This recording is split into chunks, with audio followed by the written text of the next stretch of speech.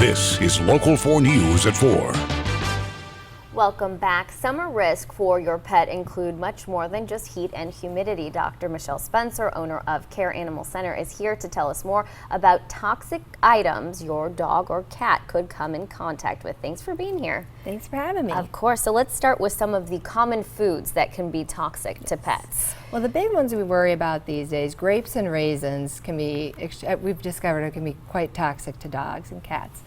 The big thing we worry about is ingestions causing vomiting, diarrhea, and even leading to severe acute kidney failure, affecting the kidneys. So very serious. So let's talk about maybe taking the dog outside for a walk, or maybe letting the cat outside. What about pesticides that people spray? Yes.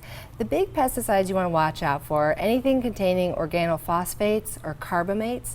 These can be quite toxic to dogs and cats, causing severe vomiting, diarrhea, and even neurological symptoms, including seizures. Yes, so just be careful what you're spraying around your yard. Yes.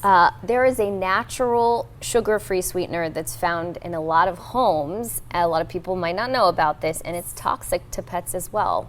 What is it exactly? So it's called xylitol, and it's actually found in a lot of chewing gums. It's also found, however, in toothpaste, mouthwashes, mints.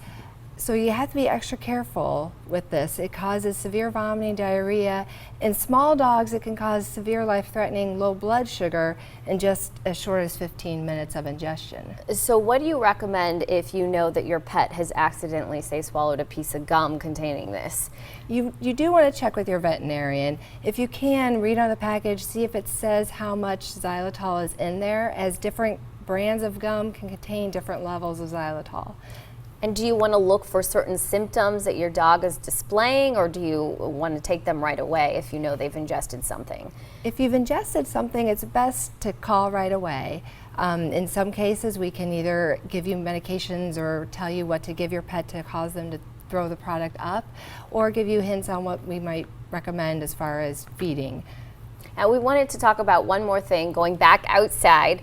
There are some plants and some vegetables that you need to be cautious of as well around with pets. That is correct. A lot of owners don't realize tomato plants can actually be toxic to pets.